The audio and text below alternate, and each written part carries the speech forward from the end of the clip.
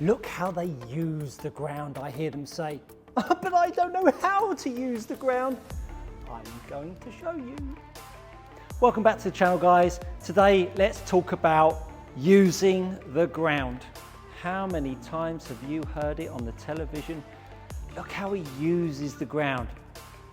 I know how he's using the ground, but I don't know how to do it. Today, I'm going to try and help you understand the labyrinth of ingredients that goes into using the ground effectively. Why do we want to use the ground? Well, we've all heard about the vertical force from the ground, the jumping factor from the ground that helps us move the club and us faster. Lengthening of the legs, right leg, left leg, really helps the body rotate.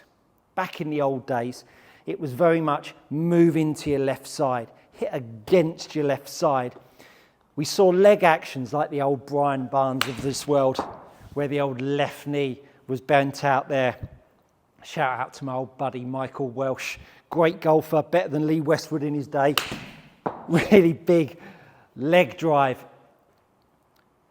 Now we're seeing left legs and leg actions that are more dynamic, more explosive than ever before. It used to be that we always used to talk about bumping of the hips, and it's still spoken about out there, but the hips don't bump. They don't bump at all. There is energy moving around this body, moving around the spot that we're standing in that makes the body move in certain directions, but there is absolutely no hip bump in a golf swing. Not as far as I'm concerned anyway. What we're looking for is the force coming up, but why does that force coming up make us go faster? Well, quite frankly, that force coming up on its own does not make us move faster. It simply doesn't. It's like having big, strong acceleration with very tiny wheels on. You can't put the power into the tarmac to make that car go fast. You may have a big engine, but if you've only got part of the equation and you haven't got the tires, you can't use that engine to get the power down and for us to drive down the road much faster.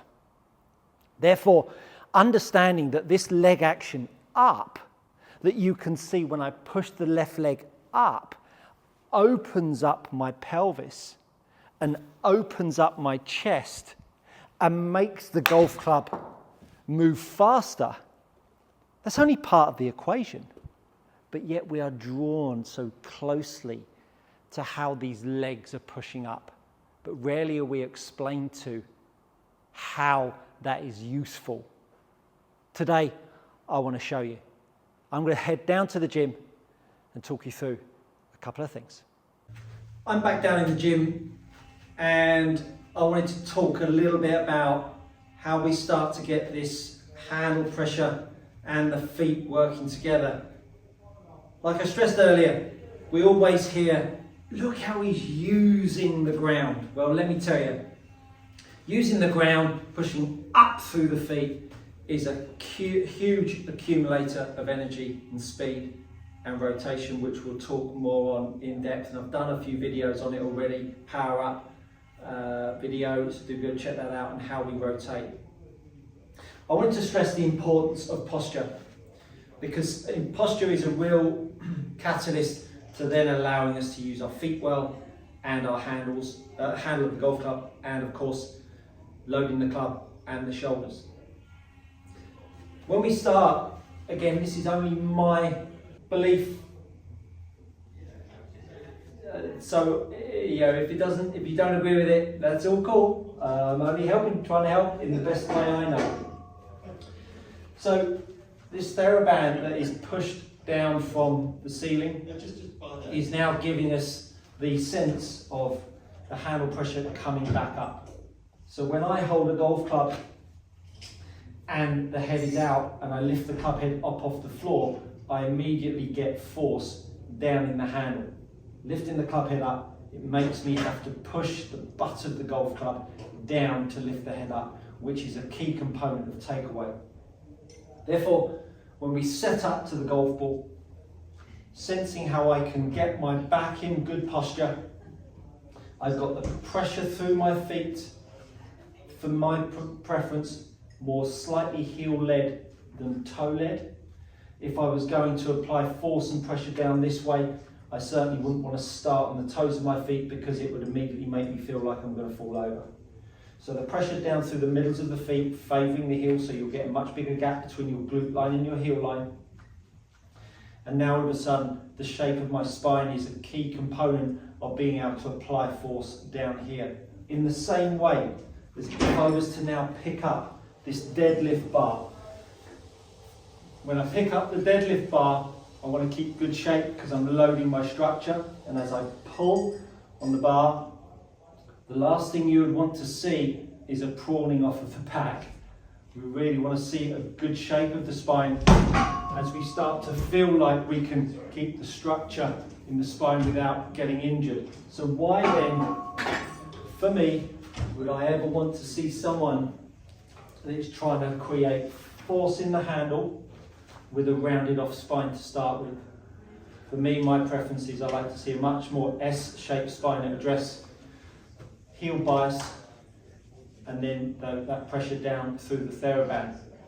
When I then start to turn and face the camera, now that you can sense that the push off with the TheraBand down is actually being pushed off of my spine, and I'm not allowing the push down of the handle to start to corrupt the shape of my spine, pushing down off of my structure, my spine, now all of a sudden stops me from losing the shape of my back. And also, of course, I could still bend more forwards, but of course this is our awareness in space of trying to keep the shape of the spine. If I've now got a force going down, now I have a chance to have force coming up. And that's where these two components of the leg length and the pressure down now starts to give the golfer a much better chance of getting into posture and not early extending. But think about the golfer that's trying to work on the path in an incorrect manner. It'll really start to corrupt how that pivot starts to work down through strike. So let's go back up to the gym. Should I say, let's go back up to the golf studio and let's talk a little bit more.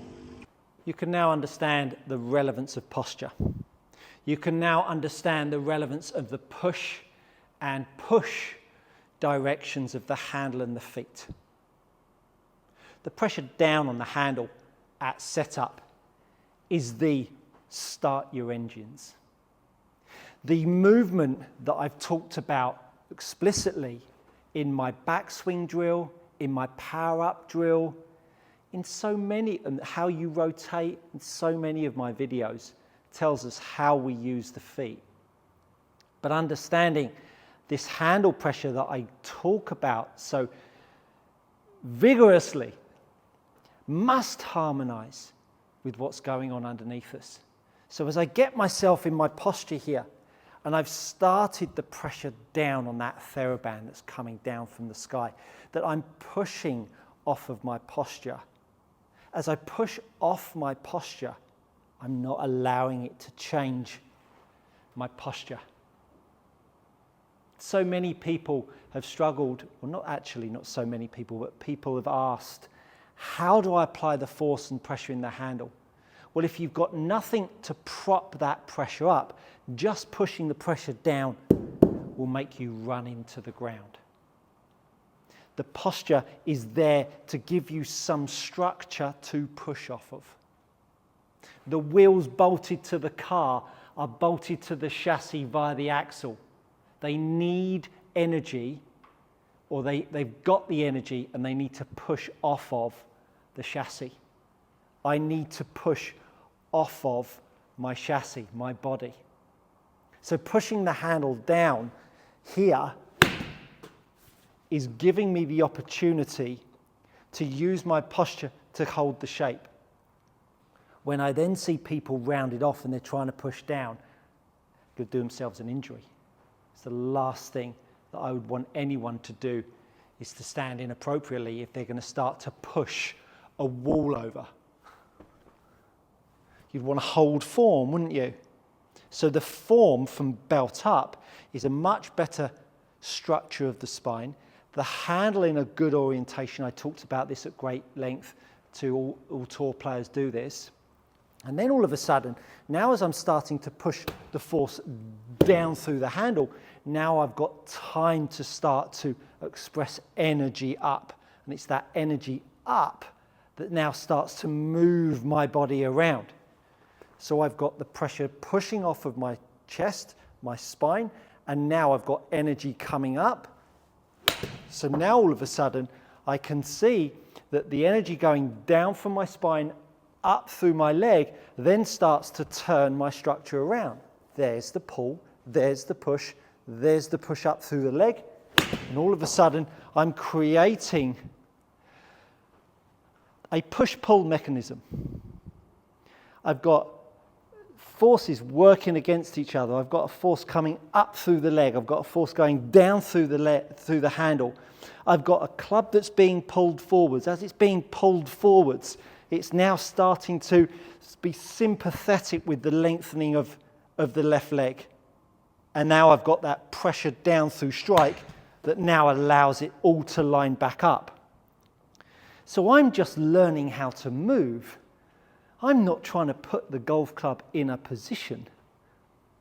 I'm just learning how to use the pressures through my feet, the pull, the push of the handle to line it all up down at the bottom.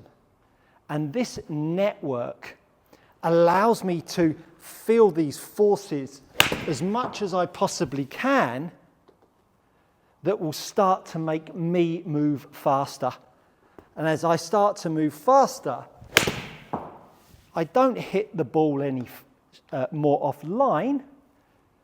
All I'm doing is I'm just trying to micromanage the kinetic chain, the environment that I've created around me, when I'm understanding all of these ingredients that have to go in to moving this thing around us. We can isolate all of the different components, but then when we start to understand how they all work together, it's a thing of beauty. It's a thing that repeats, something that's simple. But when you start trying to tuck elbows, swing out to the right, work on the angles of attack, it's all absolute garbage. If you've got any questions, do drop them in the comments below, because I always get back to you. I think you'll find that's good coaching. Stay tuned for more, and I'll see you next time.